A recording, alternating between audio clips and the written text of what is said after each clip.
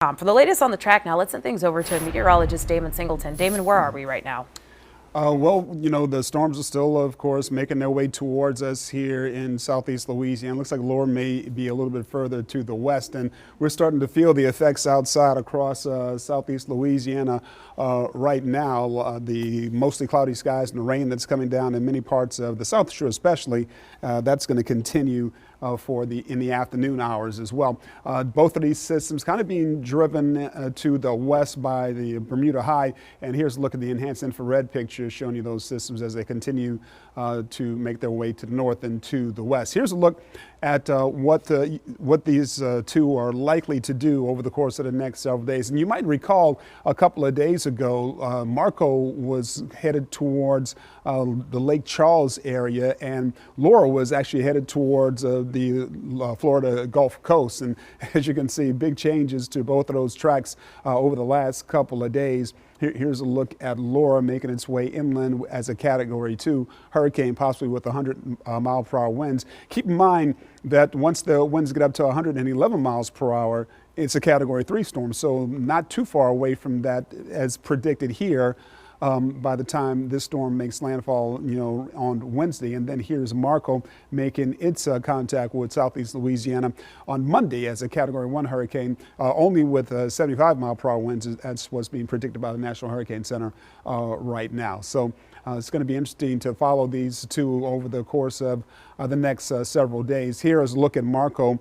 This is 10:30 on Monday morning, having a big impact on us here in southeast Louisiana and the Mississippi Gulf Coast. And that storm may stick around for a good portion of the afternoon, maybe even into the evening, and then finally move out of our area and into Mississippi later on Monday and into early Tuesday morning. And here is Laura entering the Gulf of Mexico, a quick intensification as it does that over some warm water and generally conditions that are favorable for intensification. This is 11 a.m. on Tuesday and then into your 11 a.m. hour on Wednesday, just south of us here in southeast Louisiana, and then on over towards southwest Louisiana, Lafayette, Lake Charles area by 9 p.m. on Wednesday, possibly making landfall at that time, and then creating more problems for us here in terms of rainfall and wind as it takes that path, because it keeps us on the right side of the storm, which again is the worst side of the storm to be on. But hopefully it's well enough away from us that the impacts won't be that great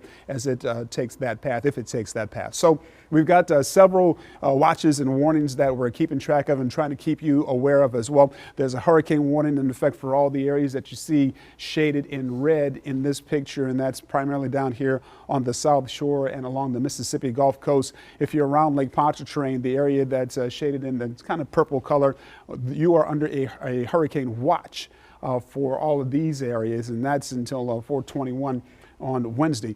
There's a flash flood watch that's in effect for those of us down here on the South Shore. We're expecting most of that rainfall to be affecting us, but some of the models have the biggest amount or the largest amount of accumulation over on the Mississippi Gulf Coast, that being 5 to 6 inches of rainfall is a possibility over there. But we're under a flash flood watch here on the South Shore primarily. And here's a look at some of the rain that's made its way into our area already. And you can see, I'll take you in a little bit closer and show you some of that rainfall. It's actually gotten a little bit lighter as it's starting to move into East New Orleans over the Twin Spans, over towards Pearlington as well. Slidell, you're going to see a little bit of this light rainfall also. And then as we take a look at the rest of the South Shore, some light rainfall moving into Belle Chase and over towards Poydras. And then we've got the rain that's headed into Golden Meadow and headed towards you in Galliano. But the lightning strikes have settled down here, but there's still some pretty stormy weather just offshore that is moving in our direction. And so I'm expecting the rainfall to be on and off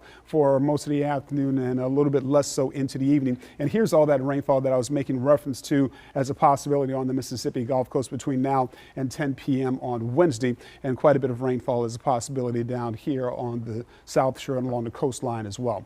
Winds are relatively light right now. Between now and tomorrow morning, they'll pick up quite a bit, up to about 20 miles per hour over at the lakefront.